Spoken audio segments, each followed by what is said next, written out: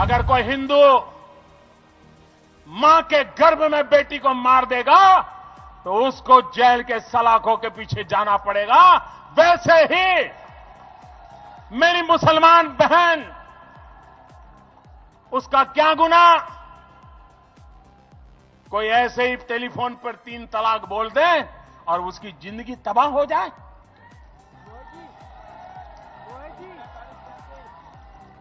क्या मुसलमान बेटियों के हकों की रक्षा होनी चाहिए कि नहीं होनी चाहिए? क्या मुसलमान माताओं बहनों को रक्षा मिलनी चाहिए कि नहीं मिलनी चाहिए? क्या मुसलमान बहनों को समानता का अधिकार मिलना चाहिए कि नहीं मिलना चाहिए?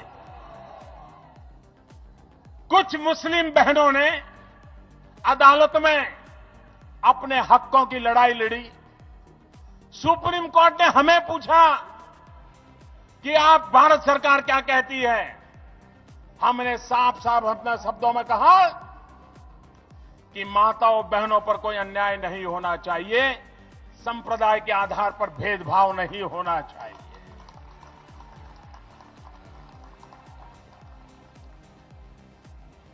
मैं हैरान हूं,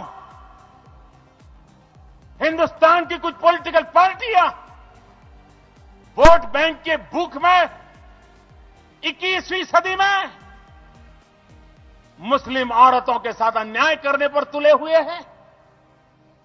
ये कौन सा न्याय है? और इसलिए भाइयों बहनों, चुनाव अपनी जगह पर होते हैं, राजनीति अपनी जगह पर होती है, लेकिन हिंदुस्तान की मुसलमान औरतों को उनका हक दिलाना, भारत के संविधान के तहत दिलाना, ये सरकारों की और समाज की जिम्मेवारी होती है। हजरात, आपकी इतनी बड़ी तादाद में यहां मौजूदगी इस बात का संकेत है कि आने वाली पीढ़ियों को रास्ता दिखाने के लिए आपके मन में कितनी ललक है, कितना जज्बा है। ये इस बात का भी प्रतीक है कि आपके जहन में युवाओं की तरक्की पर ही नहीं, उन्हें इंसानी उसूलों की तालीम पर भी तवज्जो है।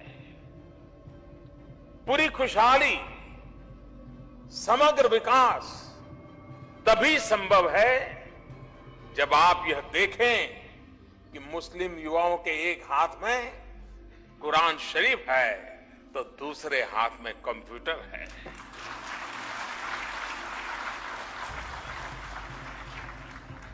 मजहब का मर्म अमानवीय हो ही नहीं सकता।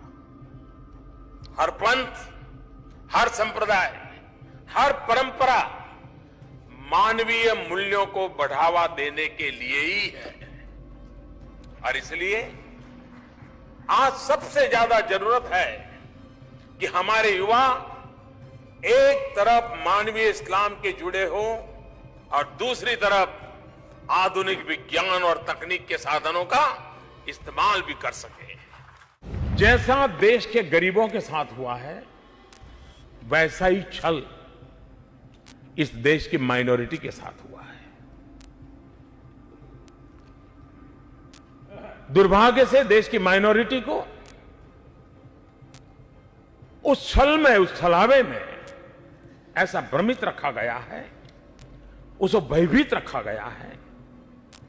अच्छा होता उसकी शिक्षा की चिंता होती, अच्छा होता उस पर सामाजिक सार्वजनिक जीवन के भिन्न भिन्न स्तर के लीडर पैदा होते, अच्छा होता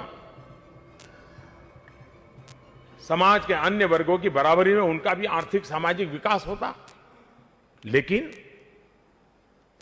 वोट बैंक की राजनीति में एक छलावा, एक काल्पनिक भय, एक काल्पनिक वातावरण और डर का माहौल पैदा कर करके उनको दूर भी रखा, दबा करके भी रखा और सिर्फ चुनाव में उपयोग करने का खेल चला।